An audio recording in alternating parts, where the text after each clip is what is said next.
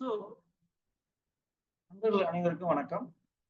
So எனக்கு மேத்தமேட்டிக்ஸ்ல magic square Basil ஒன்று கண்டுபிடிச்சிருக்கிறேன். சயின்ஸ்ல நிறைய ப்ரோக்ராம் பண்ணியிருக்கேன். பொதுகை டிவியில் நிறைய ப்ரோக்ராம் பண்ணியிருக்கிறேன். ரொம்ப பிடிக்கும். நம்பி நாராயணன் சார் கிட்ட இருந்து லெட்டர் வாங்கியிருக்கேன். அப்ரிசியேஷன் லெட்டர் வாங்கியிருக்கேன். எனக்கு இதெல்லாம் இருந்தாலும் கூட எனக்கு பேசிக்கலா ராமாயணம், மகாபாரதம், பாகவதம் இதெல்லாம் ரொம்ப ரொம்ப பிடிக்கும். ஸோ அதுல இருந்து தான் விஷயங்களை பேசிட்டு இருக்கோம் இப்ப.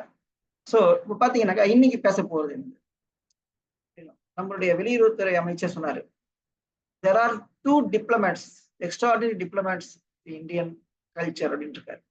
ரெண்டு பேர் யாரு அப்படின்னு கேட்டீங்கன்னா, ஒண்ணு அனுமார், ஒரு ஆஞ்சநேயர், ரெண்டாவது கிருஷ்ணர். இதுல இன்னைக்கு முடிஞ்சா ரெண்டு பேரையும் பார்ப்போம் அல்லது ஒருத்தரையா பார்ப்போம். அனுமாரை பத்தி ஃபர்ஸ்ட் பார்ப்போம். ஸோ அனுமார் வந்துட்டு பாத்தீங்கன்னாக்கா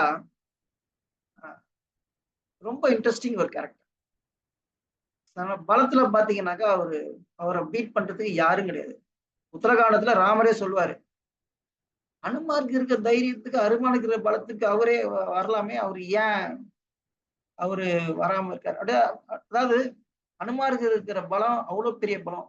வானர சைனியங்களுக்குள்ள யாருக்குமே அந்த பலம் கிடையாது. இந்த மாதிரி இருக்கிறவரு ரொம்ப தன்னுடைய மன்னனுக்கு அடங்கி மன்னனோட பேர் கட்டுக்கிறாரு. எனக்கும் அடங்கி என் பேர்ல பக்தி வச்சிருக்காரு, பெருமையா பேசுறாரு. அவருடைய பூர்வத்தை கேட்கிறாரு. கேட்கும்போது சொல்றாங்க, சின்ன வயசுல ரொம்ப ரொம்ப குறும்புக்காரர் அவரு.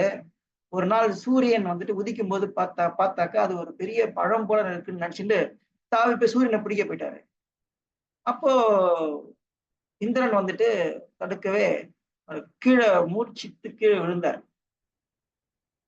அவர் வந்துட்டு வாயுவுடைய புத்திரன். சோ வாயுவுக்கு கோவம் வந்துச்சு, ஏன் புள்ளி அஷ்டியா நீனு அப்படி ஸ்ட்ரைக் பண்றாரு. வாயு ஸ்ட்ரைக் பண்ணிட்டு, நான் என்னட்டு வீசவே மாட்டேன் போங்கடா அப்படின்ட்டு ஸ்ட்ரைக் பண்றாரு. அதோட வாயு கொண்டு வீசலன்னா எல்லா உயிரும் செத்து போடுமே. உடனே என்ன பண்றாங்க எல்லாரும் வந்துட்டு, அப்பாப்பா உனக்கு ஒன்னும் இது பண்ணாத, ஒன்னும் படல, உள்ள உயிர் வந்து ஏந்துப்பான், ஒன்றும் பண்ணாதுன்னு சொல்லிட்டு அவங்கவுங்க என்ன பண்றாங்க, நாங்க வரம் கொடுக்குறோம் அவனுக்குன்னு சொல்லிட்டு இந்திரன் வந்துட்டு, என்கிட்ட என்னுடைய எந்த அஸ்திரத்திலையும் நீ காயப்பட மாட்டேன், என்னுடைய சொல்றது பிரம்மா சொல்றாரு, பிரம்மாஸ்திரத்துக்கு கூட நீங்க வந்துட்டு ஒரு முகூர்த்த காலம் நீ அடங்கி இருப்ப, அவ்வளவுதான், மற்றபடி உனக்கு என்ன வராது. வருணர் சொல்றாரு, நான் அவனுக்கு அது தரேன், இந்த அஸ்திரம் தரேன், அந்த அஸ்திரம் தரேன், என்னுடைய அஸ்திரத்துல உனக்கு எந்த பிரச்சனையும் வராது அப்படின்னு சொல்லிட்டு அவருக்கு எல்லாரும் தராங்க. சூரியன் சொல்றாரு, நான் வேதம் சொல்லி தரேன் உனக்கு அப்படின்றாரு. அப்புறம் எழுந்துக்கிறாரு இவர்.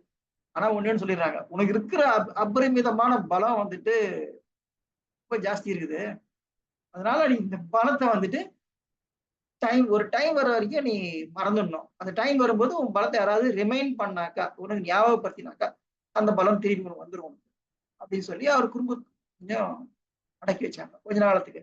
அந்த குறும்பு தேவைப்படும் பின்னாடி, அது எங்கேயும் போயிடல, தேவைப்படும் பின்னாடி தேவைப்படும். அப்படி இருக்க சொல்ல இவர் வந்துட்டு அப்படி வளர்ந்துட்டு இருக்காரு. வளர்ந்துட்டு இருக்கும்போது பாத்தீங்கன்னாக்கா இவர் யாரு, சுக்ரீவனுக்கும் வாலி, அவர் அண்ணன் வாலிக்கும் ஒரு சண்டை வந்துடுறது. இவர் சுக்ரீவன் பாத்திரம் நிக்கிறாரு, நல்லா விட்டு கொடுக்கல. அவர் நினைச்சிருந்தா நான் வாலி பக்கம் போயிருக்கலாம். ஆனா இல்ல, நான் நண்பன், இவர் பேர்ல தப்பு கிடையாது, இன்னசென்ட் அப்படின்னு சொல்லிட்டு கூட நிக்கிறார். அந்த குவாலிட்டி இருக்கு பாத்தீங்களா, விட்டு கொடுக்காத தன்மை, அதுக்காக ஒரு வணக்கம் வருது. சரிங்களா? சோ அதை விட்டு கொடுக்காம அவர் வராரு, நிக்கிறாரு. ரிஷிமுக பர்வதத்துல வந்துட்டு ராமர் வராரு. வரும்போது அங்கதான் சுக்ரீவன் இருக்காப்புல. சரிங்களா? சுக்ரீவன் வாலிக்கு பயந்துக்கிட்டு அங்க மறைஞ்சிருக்காரு. அங்க ஒரு முனிவரோட சாபம் இருக்குது, அங்க வரமாட்டான் வாலின்ற தைரியத்துல சுக்ரீவன் அங்க இருக்காரு. தூரக்க பாக்குறான், வாலி பாக்குறான், தூரக்க மலை மேல உட்கார்ந்து இருக்கிறான், தூரக்க பாக்குறான். பார்த்தா ராமனும் லக்ஷ்மணனும் பாத்தீங்கன்னா கையில வில்ல வச்சுக்கின்னு வராங்க. என்னடா இது அப்படின்னு சொல்லிட்டு யோசிக்கும் போது, வாலிதான் நமக்கு அமுச்சிருவான் பண்றது நம்ம பிடிக்கிறதுக்கு அப்படின்னு சுக்கிரனுக்கு வாலினா அவ்வளவு பயம். ஒரு புல்லு பூண்டு அசைஞ்சா கூட ஐயோ வாலி வந்துட்டான்னு சொல்ற அளவுக்கு பயம். அந்த அளவுக்கு அடிச்சு நைய படைச்சிருக்கான் வாலி. விட்டுதான் கொண்டுட்டு இருப்பான், இந்த இடத்துல வர முடியாது, அதனால கம்னு உயிர் தப்பிச்சிருக்காங்க. வாலியும் நல்லவன் தான். பாத்தீங்கன்னாக்கா அவன் வந்துட்டு முனிவர் சாபம் கொடுத்த பிறகு முனிவர்கிட்ட வந்து, ஐயா என்னை ஏயா சாபிச்சீங்க அப்படின்னு சொல்லிட்டு பணிவா தான் கேட்கறான். எல்லார் பேர்லயும் மரியாதை தான் இருக்கான். பட் அவங்ககிட்டயும் சில குறைகள்லாம் இருக்குது. அதெல்லாம் நமக்கு தேவையில்லை இப்போ. சரிங்களா? சோ இத மட்டும் ஃபோக்கஸ் பண்ணுவோம். சோ இந்த மாரி பண்ணும்போது, ஆ தூரக்க வராங்க பாத்தியா 2 பேர் யாருன்னு தெரியல. பாத்துட்டு வா. வாலி அம்ச்ச ஆளா இருப்பான்.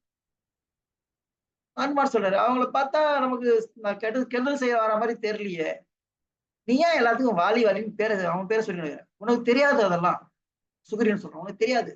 ராஜாக்கள் நினைச்சாங்கன்னாக்கா, யாராவது ஒருத்தர வச்சு நம்மள செஞ்சுருவாங்க. போட்டுடுவாங்க நம்மள. ராஜாக்கள் நினைச்சாக்கா. அதெல்லாம் உனக்கு தெரியாது. நீ போய் பார்த்துட்டு வேணா பார்த்துட்டு வா. போகும்போது இந்த இதுல போவாரு. மாறு வேஷத்துல போயிட்டு போவாரு. சன்னியாசி வேஷம் போட்டு அவரு போறாரு. அவர் சொல்றான், வாலி சொல்றான். நீ அங்க இருந்து பேசும்போது முகம் தெரியணும் எனக்கு. அதாவது ராமருடைய சைடு ஆங்கிள் தெரிஞ்சா பரவாயில்ல. ஓகே. அவன் ராமனுடைய முதுகு தெரிஞ்சாலும் பரவாயில்ல. ஆனா எனக்கு உன்னுடைய முகம் ராமனுடைய முதுகு தெரிஞ்சாலும் பரவாயில்ல. சைடு ஆங்கிள் தெரிஞ்சாலும் பரவாயில்ல. உன்னுடைய முகம் எனக்கு தெரியணும். உன் முகத்துல ரியாக்ஷன் வருதுன்னு பார்த்துட்டு இருப்பேன். அளவுக்கு பயம். அவனை சொல்லி தப்பு கிடையாது. அந்த அளவுக்கு அடிச்சிருக்கான் அண்ணங்க. சோ அந்த மாதிரி இருக்க சொல்ல இவர் பாட்டுக்கும் போறாரு. போயிட்டு ஆஹ் நீங்கெல்லாம் யாரு? 2 பேரும் யாரு?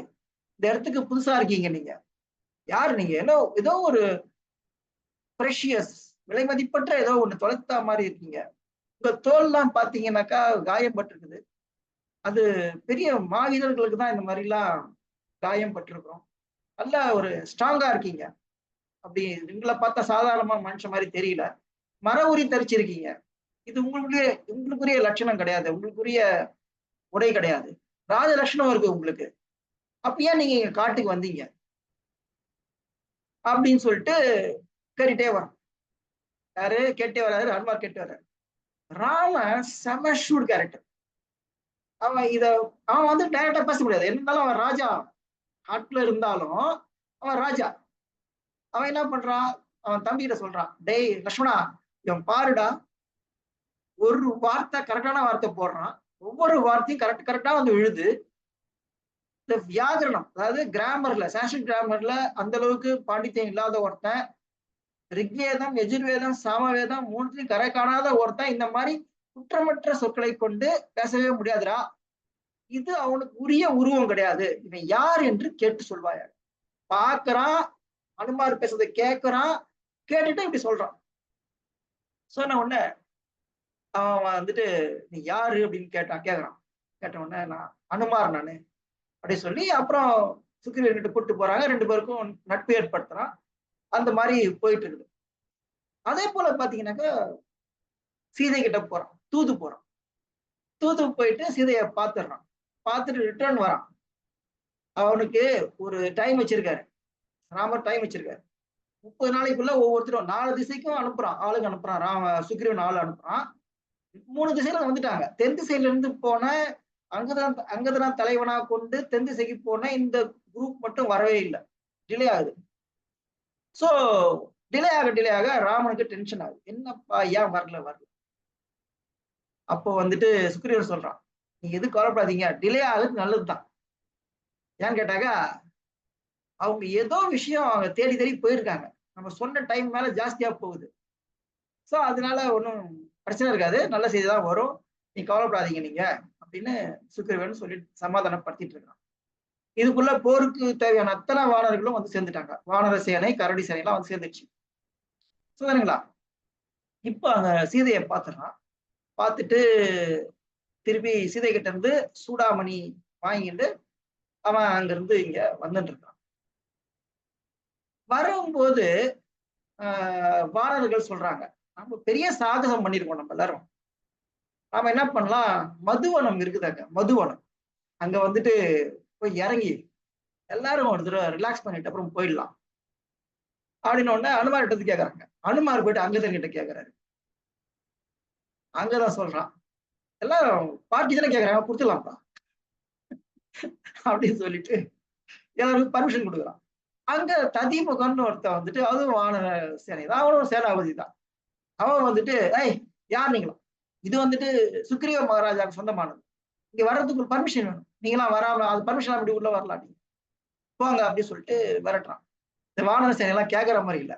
அவனை தட்டி வச்சுட்டு அவங்க வந்துட்டு கட்டி வச்சுட்டு அவங்க பாட்டுக்கு உள்ள போயிட்டு மதுவனத்தை நான் அதான் எல்லாத்தையும் எடுத்து சாப்பிட்டு இருக்காங்க.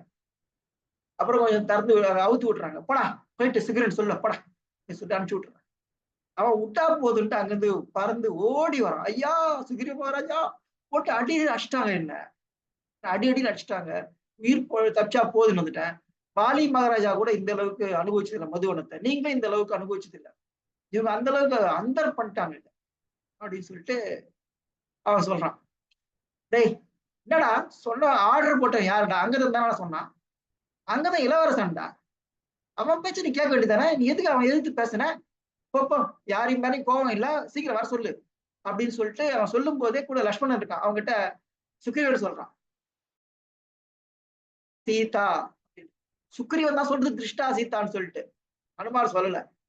அவர் சொல்லியிருந்தாக்கா அது வந்துட்டு அவருக்கு ஸ்டேட்டஸ் கம்மி. புரியுதுங்களா? சோ திருஷ்டா சீதா சீதையை பார்த்ததுனாலதான் அந்த மாதிரி செய்திருக்கிறதுனாலதான் என்னுடைய ஆர்டரை மீறி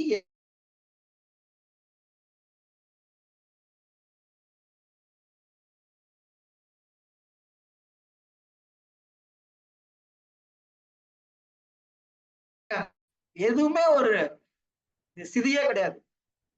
எல்லாரும் தனிமுகர் சொல்றான். உங்களை எல்லாரும் சீக்கிரம் வர சொன்னாருப்பா சுக்ரீவ் மகாராஜா அப்படின்ட்டு மரியாதையா இந்த முறை மரியாதை கேட்டான். சரி சரி சரி போ அப்படின்னு சொல்லிட்டு எல்லாரும் கிளம்பி போறாங்க. நேரா அனுமார் அங்கிருந்து வர்றார். ஆஞ்சநேயர் வர்றார். ராமனை பாக்குறார். பார்த்துட்டு திருஷ்டா சீதா சொல்லல, திருஷ்டா தேவின்ற. என்னப்பா திருஷ்டா சீதாக்கும் திருஷ்டா தேவிக்கு என்னப்பா வித்தியாசம் கேட்டீங்கன்னா, சீதையை கண்டேன் அப்படின்றதுதான் திருஷ்டா சீதா. தேவியை கண்டேன், புனிதமான தேவியை கண்டேன், தெய்வத்தை கண்டேன். ரெண்டுத்துக்கு வித்தியாசம் இருக்குது இல்ல. அவரு ராம கிட்ட திருஷ்டா சீதான்னு சொன்னா அடுத்தது என்ன நினைப்பான் ராம? சீதை எப்படி இருக்கா நினைச்சிட்டு இருக்காளா மறந்துட்டாளா அப்படின்ற ஒரு டவுட் உனக்கு வரும். திருஷ்டா தேவி தெய்வத்தை பார்த்தம் பண்ணானுங்க. இதுக்கு மேல என்ன சொல்லணும் உங்களுக்கு? அந்த ஒரே ஒரு இது சீதையுடைய மனநிலைய அந்த ஒரே வார்த்தையில தெளிவா சொல்லிட்டேன். இதுதாங்க அவரை பத்தி இன்னும் நிறைய பேசிட்டு போலாம். சரிங்களா? எல்லாத்தையும் ஒரே தடவை பேச முடியாதுங்க. சரிங்களா? சோ இன்னொரு தடவை பார்ப்போம் நம்ம. நன்றி, வணக்கம்.